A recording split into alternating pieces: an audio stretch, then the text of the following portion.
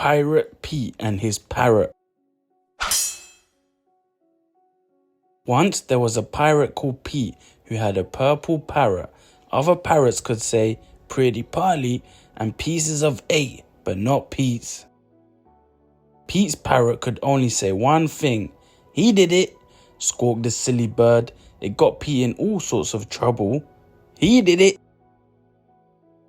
One day, while the pirates were busy cleaning the deck of the Jolly Crossbone, Captain Barnacle strolled past. Splosh! He didn't see a bucket of soapy water in his way and stepped straight into it. Who left that here? Growled the captain, pulling off his wet boot. All the pirates hid their mops, but the purple parrot shrieked, He did it! It wasn't me, cried Pete, but Captain Barnacle was furious. Arrgh. Suddenly, a voice from the crow's nest shouted, Land ahoy! They had arrived at a desert island. Pete went to pick fruit for his parrot, while the other pirates searched for buried treasure. The captain was so busy looking at his treasure map, he fell down a great big hole. Who dug this hole? He bellowed, shaking the sand out of his hat. He did it! Captain Barnacle was so angry, he marched Pete back onto the ship. Now I need a big drink and a nice snack, he said. He took down his special biscuit barrel from the cabin shelf. Nom nom nom nom nom. Ah! Cried the captain, peering inside. Who's eaten all my best biscuits? The purple parrot quickly swallowed the last few crumbs. Then he landed on Pete's shoulder and squawked, He did it! Captain Barnacle's face turned red with rage. He looked at his soggy boot, his sandy hat and his empty biscuit barrel.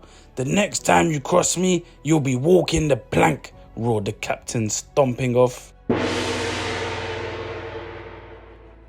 It's not fair, grumbled Pete. I wish I was a captain, then I wouldn't get in trouble so much. He picked up the captain's hat and plopped it on his head. As soon as Pete put on the hat, a black ship sailed alongside the Jolly Crossbone. A band of nasty pirates was preparing to jump on board. Give us all your gold, they cried, waving their cutlasses in the air. Suddenly, one of the pirates froze with fear. Look, he whispered, the captain looks like Hideous Harry, the world's scariest pirate.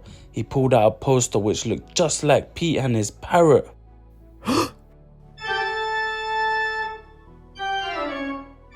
I heard that Hideous Harry caught a giant squid by tying up his tentacles, said one pirate.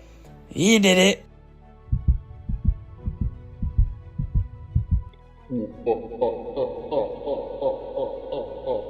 I heard he was a champion sword fighter and won a tournament with an arm tied behind his back, cried a peg-leg pirate.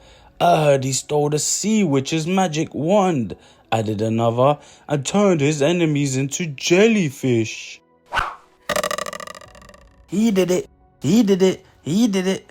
The pirates began to tremble. Just then, Pete had a brilliant idea. He picked up a mop and pointed it at the nasty pirates. Be gone, you bunch of bandits, he bellowed, waving the mop at them, or I'll turn you all into sea slugs. It's the sea witch's wand, they whimpered. He really is Hideous Harry. Help, screamed the nasty pirates. Run away, pushing and shoving each other. They screamed back to their own ship. The black ship speedily set sail, leaving a trail of white foam frothing along behind it. Pete took off his captain's hat and put it back on the ship's wheel. With a flap of his purple wings, the parrot landed on Pete's shoulder. Maybe you aren't such a bad pet after all, smiled Pete. Captain Barnacle climbed out of his cabin just in time to see the ship disappear over the horizon. Well done, me hearty, he said to Pete. You deserve a reward for being so brave. He gave Pete a bulging bag of gold coins and a purple parrot an even bigger bag of birdseed. Who saved the Jolly Crossbone from a band of fearsome pirates? Asked the Captain Barnacle.